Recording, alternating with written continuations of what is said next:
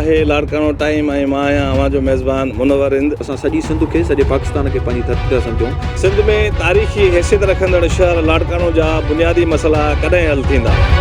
Drainage system जी बहाली कॾहिं मुमकिन थींदी? असां वटि सिहत जो निज़ाम अहिड़ो न आहे, असां वटि एतिरा डॉक्टर न आहिनि, एतिरियूं अस्पताल न आहिनि। उत्तर सिंध जी वॾी अस्पताल चाणका अस्पताल में इलाज जा मुंतज़र मरीज़। वॾे में वॾो मां सम्झां थो हिन महिल जेको ख़तरो आहे उहा फर्स्ट लाइन उहा ई पैरामेडिक्स ऐं डॉक्टर्स आहिनि। पीअण जे साफ़ पाणीअ लाइ केरु उपाउ वठंदो? तो माहिर जेके टेस्ट करण वारा आहिनि उहे चवंदा त हीउ पाणी त पीअण जे लाइक़ु ई न आहे। शहर जा उजड़ियल ऐं वीरान पार्क कॾहिं बहाल थींदा? आबादगारनि ऐं हारियुनि जे फसल जी बहितरी लाइ केरु उपाउ वठंदो? सियासी पॉइंट स्कोरिंग न आहे, सिर्फ़ु इन हवाले सां असां अवेयरनेस था ॾियारियूं चाहियूं त सिंध हुकूमत जेका आहे पाकिस्तान में सिंध जी आवाम जे लाइ कुझु करे रही आहे।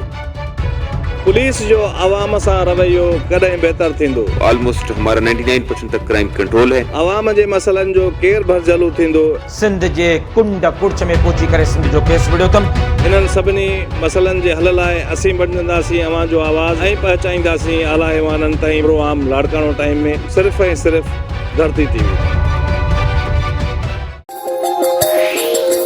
लाड़काणा टाइम्स जुमे ते शाम जो 4:10 ते।